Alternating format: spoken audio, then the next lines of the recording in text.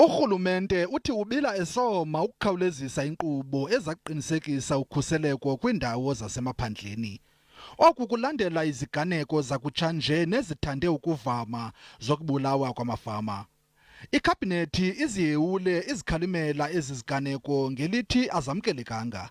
Crime on farms poses a threat not only to the personal safety of farmers and farm workers, but also to the country's food security.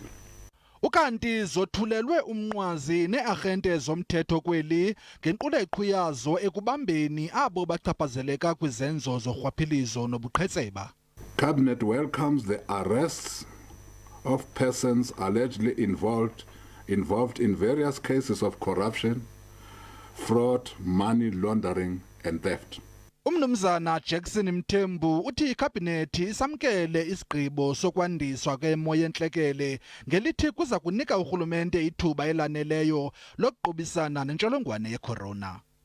The extension of the national state of disaster to the 15th of November 2020 in terms of our Disaster Management Act will enable government to further minimize the spread of the virus. Ikhabhinethi ihlabe ikhwelo kubemi beli ukuba bathi gqolo beyilandela imigqaliselo yesebe lezempilo yokuzikhusela kwintsholongwane ye-corona.